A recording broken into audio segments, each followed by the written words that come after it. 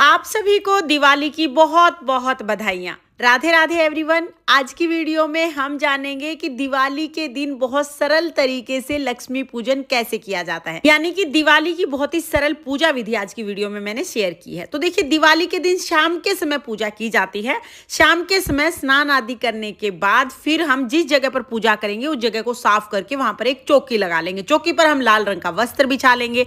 हो सके तो ये चौकी आप उत्तर दिशा में लगाइएगा, क्योंकि उत्तर जो दिशा होती है वो लक्ष्मी की और कुबेर भगवान की दिशा होती है, यानी धन की दिशा होती है। तो उत्तर दिशा में हमने एक चौकी लगा ली है।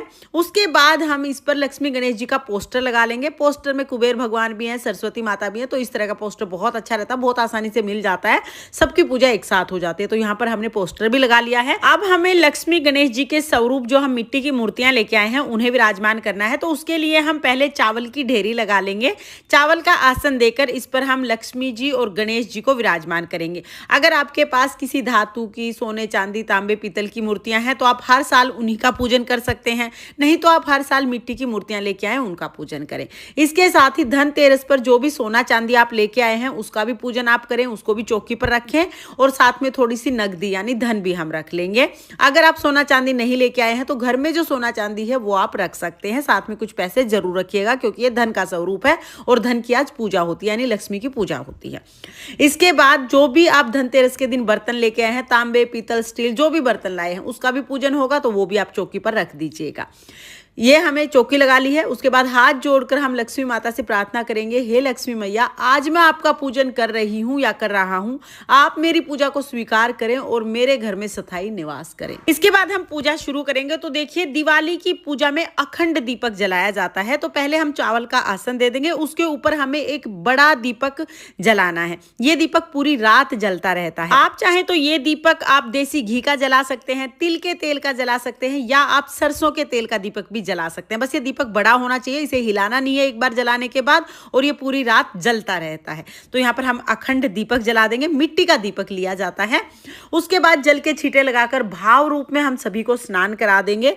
फिर हम वस्त्र के रूप में कलावा समर्पित कर देंगे। अगर आपके पास जनेऊ है तो गणेश जी को आप जनेऊ समर्पित कर दीजिए, नहीं तो आप कलावा समर्पित कर सकते हैं। और देखिए, आप चाहें तो विष्णु भगवान को सुपारी के रूप में आप विष्णु भगवान को यहाँ पे विराजमान कर सकते हैं, या फिर आप चाहें तो अपने मन में विष्णु भगवान का ध्यान करके भी पूजा कर सकते हैं। तो हम विष्णु भगवान का ध्यान करके लक्ष्मी जी का और विष्णु भगवान का पूजन कर लेंगे। तो यहाँ पर लक्ष्मी जी को, गणेश जी को, सबको हमने वस्त्र के रूप में कलावा समर्पित कर दिया है।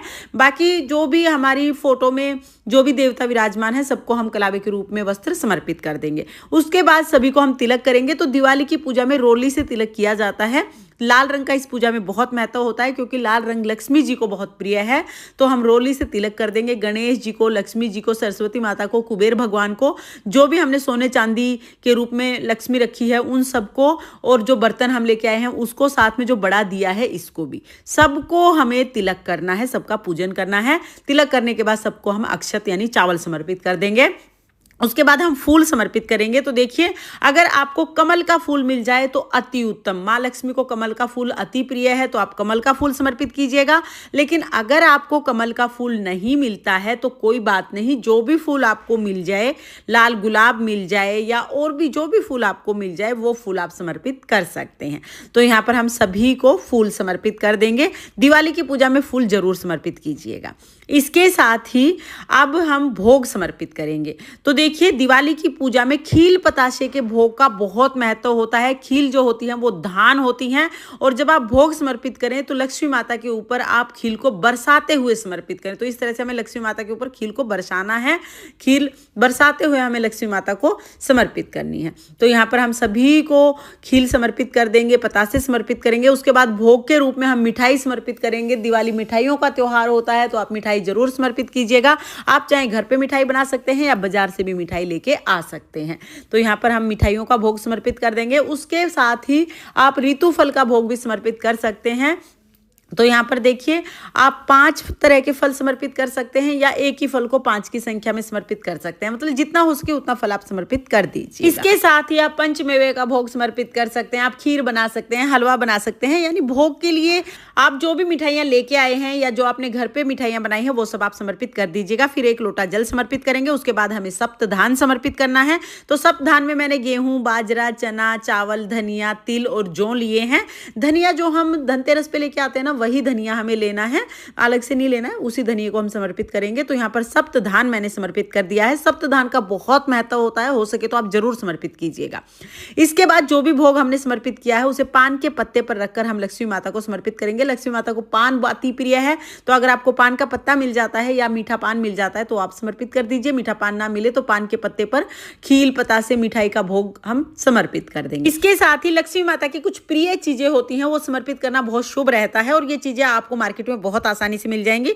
तो यहाँ पर कोड़ी लक्ष्मी माता को अति प्रिय है, तो हम कोड़ी चढ़ा देंगे। आप संख्या कितनी भी ले सकते हैं, 2, 5, 7 कितनी भी संख्या आप ले सकते हैं। मैंने यहाँ पर 2 कोड़ी चढ़ाई हैं, तो यहाँ पर हम लक्ष्मी माता को कोड़ी चढ़ा देंगे, साथ में सुपारी हम चढ़ा देंगे। इसके साथ ही हम कमल गट्टे चढ़ा देंगे। कमल गट्टे ना मोती जैसे होते हैं, काले मोती जैसे। इसके साथ ही हल्दी की गांठ हम चढ़ा देंगे। हल्दी की गांठ ना हो तो 1 चुटकी हल्दी पाउडर चढ़ा सकते हैं और साथ में ही हम 2 लौंग और 2 इलायची चढ़ा देंगे। संख्या कम ज़्यादा आप ले सकते हैं, ये चीज़ें हो सके तो आप जरूर चढ़ाइएगा। लक्ष्मी माता को ये चीज़ें बहुत प्रिय होती हैं, तो ये सब चीज़ें हम चढ़ा देंगे। और ये सभी चीज़ें चढ़ाने के बाद फिर धूप हम जरूर जलाएंगे, क्योंकि लक्ष्मी माता को सुगंध अति प्रिय है, तो धूप दीप हम जला देंगे। इसके बाद देखिए, अगर आपने व्रत किया है, अगर दिवाली का व्रत किया है तो आप व्रत कथा जरूर सुनिएगा। व्रत कथा सुनने के लिए हम अपने हाथ में थोड़े से खील पतासे लेंगे और फिर हम दिवाली की व्रत कथा सुनेंगे। अगर आपने व्रत किया है तो व्रत कथा जरूर सुनिएगा। अगर व्रत नहीं किया है तो फिर आपकी मर्जी है, आप चाहें तो सुन सकते हैं या आप इस पार्ट को स्किप कर दीजिएगा। कथा सुनने के बाद जो खील पतासे हैं वो लक्ष्मी माता के चरणों में समर्पित कर देंगे। इसके बाद फिर हमें दिए जलाने होते हैं। देखिए, दिवाली पर हर जगह आप दिए जलाइएगा, घर में, पूरे घर में दिए जलाइए और चौकी पर भी आप दिए जरूर जलाइएगा। 5 दिए कम से कम आप चौकी पर जरूर रखिएगा। ज्यादा आप कितने भी रख सकते हैं। घर के किसी कोने में अंधेरा नहीं होना चाहिए, सब जगह दिए जलने चाहिए। फिर हम एक देसी घी का दीपक जलाएंगे और उससे हम आरती उतारेंगे। 5 बार या 7 बार हम लक्ष्मी जी की, गणेश जी की आरती उतार लेंगे। हमारे यहाँ पर तो दिवाली के दिन लक्ष्मी जी की आरती बड़े धूमधाम से होती है। हम लोग तो आरती गा के आरती करते हैं, लेकिन अगर आपके यहाँ पर आरती नहीं गाते हैं तो कोई बात नहीं, आप आरती उतार लीजिएगा। आरती जरूर उतारनी है।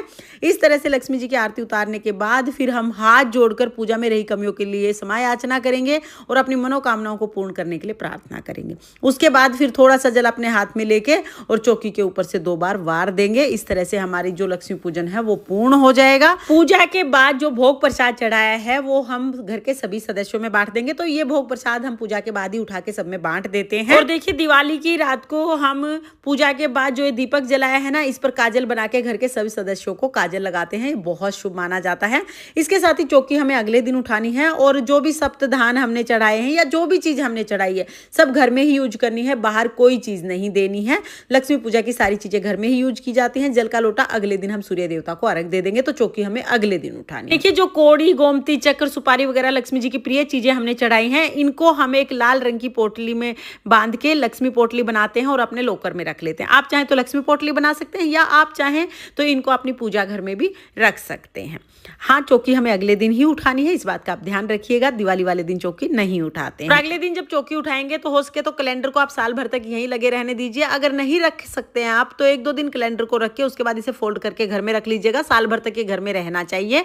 और जो मिट्टी की मूर्तियां हैं, आप चाहें तो मिट्टी की मूर्तियों का विसर्जन कर सकते हैं या आप चाहें तो आप ये भी कर सकते हैं कि जो पिछले साल की आपकी मिट्टी की मूर्तियां उनका विसर्जन कर दें और इनको आप अपने मंदिर में रख लें।